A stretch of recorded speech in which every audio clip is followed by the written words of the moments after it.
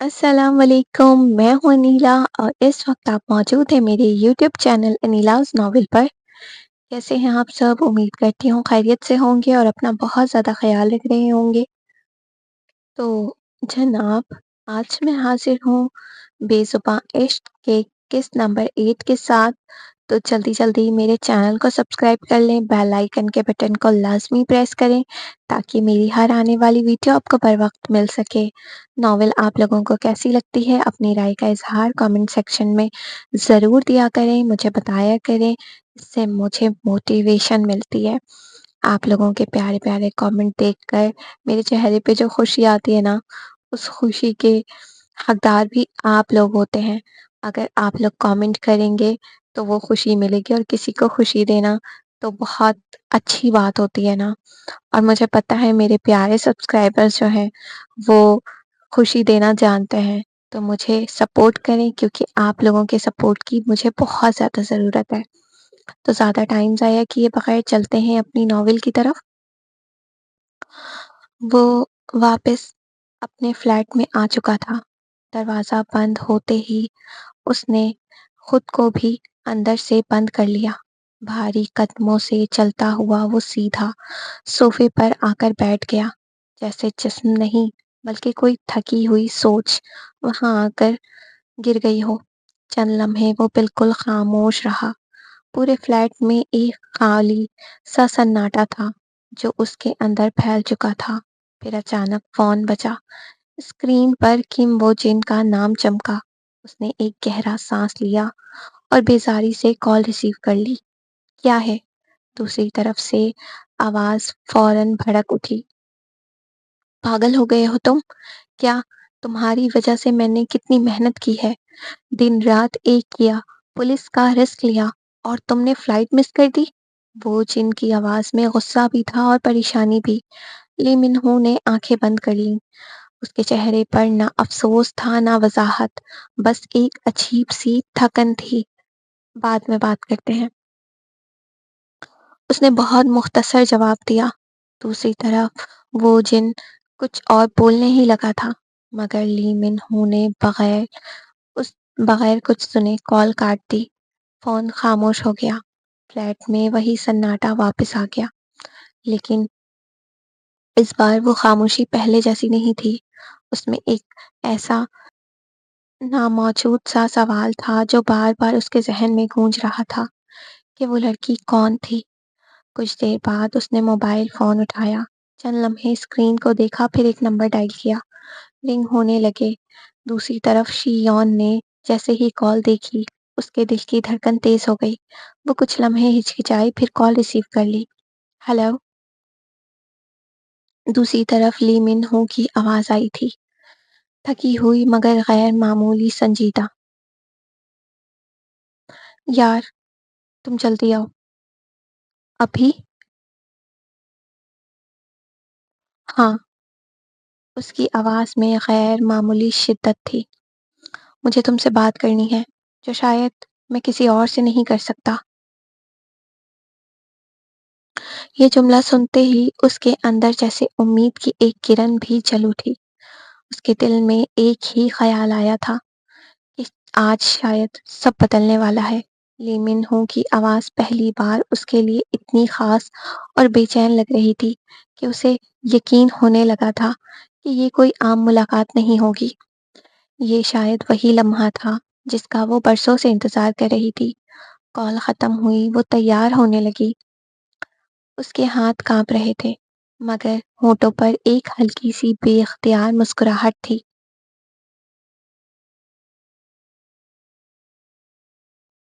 کیا ضرورت تھی تمہیں یہاں وہاں جانے کی، جب میں نے کہا تھا اپنی جگہ سے ہلنا نہیں؟ زبیر مراد کی دہاڑ پورے کمرے کا سکوت ریزہ ریزہ ہو گیا تھا۔ نینا ایک لمحے کو ساکت ہو گئی۔ اس کے ہاتھ کانپ اٹھے اور نظریں فوراً جھک گئی۔ میں میں وہ بامشکل اتنا ہی کہہ پائی۔ چپ کرو! زبیر مراد کی آواز مزید کرخت ہو گئی۔ بکری کی طرح میں کرنا بند کرو، اور یہ کمرہ دیکھو، کسی ویرانے کی طرح بکھرا پڑا ہے۔ فوراً اسے ٹھیک کرو۔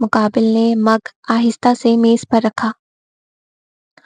میں جانتا ہوں میری بات سن کر تمہیں میری ذہنی حالت پر شک ہوگا، لیکن یہی سچائی ہے۔ میں کافی وقت سے ایک ہی خواب دیکھ رہا ہوں۔ اس کی آواز دھیمی تھی، دو آنکھیں بہت خوبصورت، مگر ان میں بہت درد ہوتا ہے، جیسے وہ مجھے پکار رہی ہوں، مدد مانگ رہی ہوں۔ اور تم یقین کرو گی شیون، آج میں اسی لڑکی سے ملا، وہی آنکھیں، وہی درد، وہی پکار۔ اس نے نگاہیں جھکا لی، شاید اپنی آنکھوں کی نمی چھپا رہی تھی۔ کچھ لمحوں تک وہ کچھ نہ بول سکی، پھر اس نے نرمی سے پوچھا، تم اس لڑکی سے کہاں ملے تھے؟ ایئرپورٹ پر۔ اس کی آواز دھیمی تھی، بس ایک جھلک تھی، اور وہ میرا سب کچھ لے گئی۔ پھر میں نے اسے بہت ڈھونڈا، مگر وہ کہیں نہیں ملی۔ اس نے سرد آہ بھری۔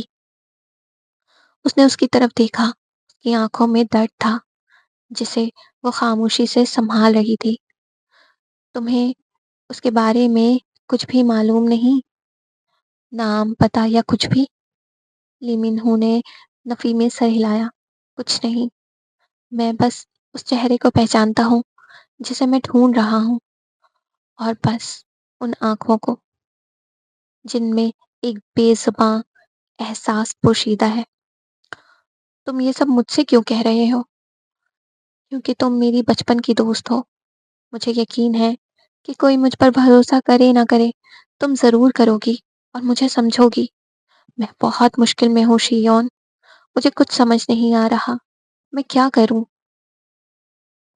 شیون نے کافی کا مگ آہستہ سے میز پر رکھا اور تجسس بھری نظروں سے پوچھا، گویا وہ جاننا چاہتی ہو کہ آخر اس اجنبی لڑکی میں ایسی کون سی خاص بات تھی جو لی من ہو کو اس میں نظر نہ آئی۔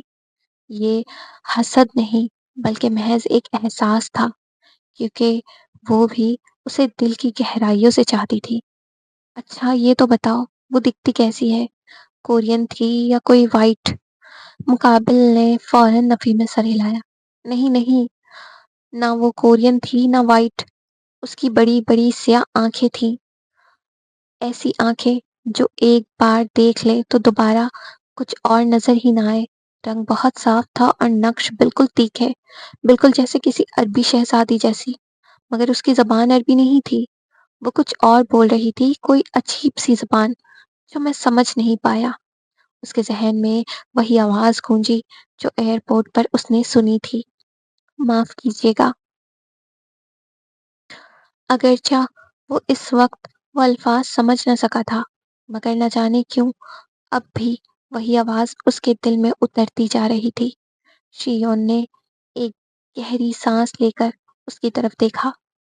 تمہیں کیا لگتا ہے لی من ہو کہ ایئرپورٹ جیسے ہجوم میں ایسی کوئی اجنبی لڑکی کا ملنا، پھر اسے ڈھونڈ لینا، یہ اتنا آسان ہے؟ نہیں، یہ ناممکن ہے، اور تم صرف اس کا تصور کر کے اپنا قیمتی وقت ضائع کر رہے ہو۔ مقابل کے چہرے پر ناگواری کے آثار ابھرے، اور وہ صوفے سے اٹھ کھڑا ہوا۔ اس کی آواز میں تلخی تھی۔ میں نے سوچا تھا کہ تم مجھے سمجھو گی، کیونکہ تم میری واحد دوست ہو، لیکن تم بھی ایسی باتیں کر رہی ہو جیسے کوئی عام انسان کرتا ہے۔ وہ بھی غضب سے کھڑی ہو گئی۔ اس کے لہجے میں اب ایک کڑوا سچ تھا۔ میں بس تمہیں حقیقت بتا رہی ہوں۔ جھوٹ بول کر یا خوش فہمی دے کر تمہیں وقتی تسلی دینے کا کوئی مقصد نہیں بنتا۔ حقیقت کڑوی ہوتی ہے، پر یہی سچ ہے۔ اس نے اس کی طرف دیکھے بغیر دروازے کی طرف اشارہ کیا۔ بہت ہو گیا شیون، جاؤ تم یہاں سے، اس وقت میں اکیلا رہنا چاہتا ہوں۔ شاید کہیں نہ کہیں وہ بھی جانتا تھا کہ شیون سچ کہہ رہی ہے، جسے قبول کرنا وہ نہیں چاہتا تھا۔ وہ خاموش ہو گئی، اس کی آنکھوں میں نمی تیرنے لگی، مگر اس نے انہیں جھپکنے نہیں دیا۔ وہ جب یہاں آئی تھی تو اس کے دل میں ایک امید کا دیا روشن تھا۔ اسے لگا تھا کہ آج شاید لی من ہو سے اپنے دل کی بات کرے گا، اور برسوں سے چلتا آ رہا اس کا یک طرفہ پیار آخر کار منزل پا لے گا۔ مگر یہاں تو سب کچھ الٹ ہو گیا تھا۔ اس کا دل کسی ایسی لڑکی کے لیے دھڑک رہا تھا جسے وہ جانتا تک نہ تھا۔ وہ لڑکھڑاتے قدموں سے دروازے کی طرف بڑھی۔ ہر قدم پر اسے اپنے اندر کچھ ٹوٹتا ہوا محسوس ہو رہا تھا۔ وہ جسے برسوں سے اپنا مانتی رہی، آج وہ اسے اپنی تنہائی کے لیے بھی ایک بوجھ سمجھ رہا تھا۔ دروازے پر پہنچ کر وہ ایک پل کے لیے رکی۔ پیچھے سے اس دشمن جان کی خاموشی اسے چیر رہی تھی۔ وہ جان گئی تھی کہ اس کے لیے اب اس کے دل میں کوئی جگہ نہیں بچی۔ وہ خاموشی سے باہر نکل گئی اور دروازہ بند ہو گیا۔ نینا خاموشی سے بیڈ کی چادر ٹھیک کر رہی تھی، جبکہ زبیر مراد کھڑکی کے پاس کھڑا کسی سوچ میں گم تھا۔ اچانک اس کا فون بجا۔ اس نے فوراً کال ریسیو کی۔ چند قدم دور جا کر انگریزی میں بات کرنے لگا۔ یس سر، ایوری تھنگ از ریڈی۔ جی وہی لڑکی ہے جسے آپ نے پسند کیا تھا۔ نینا بے اختیار اس کی طرف دیکھنے لگی۔ اوکے سر، کل پارک میں لے کر پہنچ جاؤں گا۔ یہ کہہ کر زبیر نے کال بند کر دی۔ وہ کچھ لمحے ہچکچاتی رہی، پھر دھیرے سے بولی کہ آپ کیا کہہ رہے تھے؟ زبیر کے چہرے کا رنگ فک ہوا، یہ سوچ کر کہ کہیں وہ انگریزی زبان سمجھتی تو نہیں۔ آپ بہت اچھی انگریزی بولتے ہیں، اس نے مسکرا کر کہا۔ اس کی جان میں جان آئی، پھر اس نے بیزاری سے اس کی طرف دیکھا تو نینا فوراً گھبرا گئی، مگر پھر بھی دھیمی آواز میں بولی کہ آپ مجھے سکھا دیں گے؟ اس کی بھویں سکڑ گئیں۔ تجھے کیا ضرورت آن پڑی ہے انگریزی سیکھنے کی؟ نینا نے نظریں جھکا لی۔ نہیں، بس یوں ہی، مجھے پڑھنے کا شوق ہے، بس اس لیے کہا تھا۔ پھر زبیر نے سرد لہجے میں کہا، اپنے شوق اور ارمان کی قبریں اپنے دل کے اندر ہی محدود رکھنا، کبھی باہر نکالنے کی کوشش مت کرنا، اور اب جا کھانا لے کر آ۔ یہ الفاظ نشتر کی مانند چبھے۔ اس نے فوراً سر ہلایا۔ جی، جبکہ اس کی آنکھوں میں ایک بار پھر وہی ادھورا سا خواب تیرنے لگا۔ وہ کھانا لے کر آئی اور خاموشی سے ٹرے میز پر رکھ کر ایک طرف کھڑی ہو گئی۔ زبیر مراد بے دھیانی سے کھانا کھانے لگا۔ کمرے میں مکمل خاموشی تھی، نہ کوئی بات، نہ کوئی احساس۔ کھانا ختم ہونے کے بعد اس نے برتن سمیٹے، پھر دھیرے سے بیڈ کے کونے پر بیٹھ گئی۔ سارا دن ایک کمرے میں بند رہنے کی تھکن اس کے وجود میں اتر چکی تھی۔ سفر کی وجہ سے آنکھیں بوجھل ہو رہی تھیں، اس لیے وہ آہستگی سے لیٹنے لگی۔ مگر اگلے ہی لمحے زبیر یکدم بیڈ سے اٹھ کھڑا ہوا۔ یہ کیا کر رہی ہے تو؟ نینا چونک کر فوراً سیدھی ہو گئی۔ سو رہی ہوں، اس نے گھبراہٹ سے کہا، جیسے اب بھی اس سے کوئی گناہ سرزد ہوا ہو۔ دور ہٹ، زبیر کی آواز سخت تھی۔ چل وہاں صوفے پر جا کر سو، خبردار جو میرے آس پاس بھی بھٹکی۔ وہ چند لمحے اسے بے یقینی سے دیکھتی رہی۔ اس کی آنکھوں میں حیرت صاف دکھائی دے رہی تھی۔ لیکن آپ تو میرے شوہر ہیں۔ میں نے کہا نا، مجھ سے دور رہنا، اس نے جھنجھلا کر بات کاٹ دی۔ وہ سہم گئی، پھر خاموشی سے بیڈ سے اتری، اپنے دوپٹے کو مضبوطی سے تھاما اور آہستہ آہستہ صوفے کی طرف بڑھ گئی۔ اس کے قدم بہت دھیمے تھے، جیسے ہر قدم کے ساتھ اس کا ایک اور خواب ٹوٹ رہا تھا۔ وہ صوفے پر سمٹ کر لیٹ گئی۔ صوفے پر لیٹی نینا کی آنکھوں میں نیند کا نام تک نہ تھا۔ کمرے کی مدھم روشنی دیواروں پر پھیلی ہوئی تھی، جبکہ زبیر مراد بے پرواہی سے بیڈ پر سو چکا تھا۔ وہ خاموشی سے چھت کو دیکھتی رہی۔ یہ کیسی شادی تھی جس میں نہ اپنا یہ تھی، نہ محبت، نہ کوئی جذبہ۔ اسے وہ لمحہ یاد آیا جب وہ رخصت ہو کر گاڑی میں بیٹھی تھی۔ وہ مسلسل رو رہی تھی، اتنا روئی تھی کہ نزلہ ہونے لگا تھا، سانس بار بار رک رہی تھی۔ تبھی اچانک اس نے سامنے ایک رومال آیا۔ یہ لو، اس کے شوہر نے کہا تھا۔ نینا نے ہمت کر کے پہلی بار اپنی پلکوں کی جھرمٹ اٹھائی اور اسے دیکھا تھا، اور اسی لمحے اس کے اندر کچھ ٹوٹ گیا تھا۔ 40-42 برس کے آدمی سے اس کا نکاح کر دیا گیا تھا۔ وہ ساکت رہ گئی تھی۔ تب اسے سمجھ آیا کہ جس رشتے کو فریضہ بیگم بار بار اتنا اچھا بتا رہی تھی، وہ اپنی بیٹی کے لیے کیوں قبول نہ کر سکی۔ جسے سب لڑکا کہہ رہے تھے، وہ تو ایک ادھیڑ عمر آدمی تھا، مگر اس نے تب بھی خود کو سمجھا لیا تھا۔ شکل اور عمر سے کیا ہوتا ہے؟ انسان کی سیرت اور کردار ہی اصل خوبصورتی ہے۔ اس نے قسمت کا لکھا مان کر سمجھوتا کر لیا تھا، مگر اب وہ تلخ حقیقت آہستہ آہستہ اس پر واضح ہو رہی تھی۔ اسے نہ صورت ملی تھی نہ سیرت، بس ایک اجنبی سا رشتہ جس میں وہ موجود تو تھی، مگر شاید شامل نہیں تھی۔ اس نے کروٹ بدلی اور اپنی نم آنکھیں بند کر لی۔ دل میں صرف ایک سوال باقی رہ گیا تھا کہ یہ زندگی تھی اس کی۔ آج کے ایپیسوڈ کا اختتام ہوا۔ آپ لوگوں کو ایپیسوڈ کیسی لگی؟ اپنی رائے کا اظہار کامنٹ سیکشن میں ضرور دیجیے گا، میں ویٹ کروں گی، ٹھیک ہے؟ مجھے لازمی بتائیے گا کہ آپ لوگوں کو ناول کیسی لگ رہی ہے، اور میرے چینل اور ویڈیو کے لنکس کو اپنے دوستوں اور پیاروں میں شیئر کرنا نہ بھولیں۔ میرے چینل کے ویوز کو بڑھائیں۔ آج میں تھوڑی سی جو ہے نا بہت زیادہ نیند میں ہوں، اور رات کے تقریباً جو ہے 4:30 بج رہے، صبح کے، اور وائس اوور کر رہی ہوں تو نیند بہت زیادہ ہے، اس لیے شاید کہیں پر میں نے مسٹیک بھی کی ہو تو اس کے لیے ذرا معذرت، ٹھیک ہے؟ تو اپنا بہت زیادہ خیال رکھیے گا اور دعاؤں میں مجھے یاد رکھیے گا۔ ملتے ہیں نئے ایپیسوڈ کے ساتھ۔ اللہ حافظ۔ اچھا،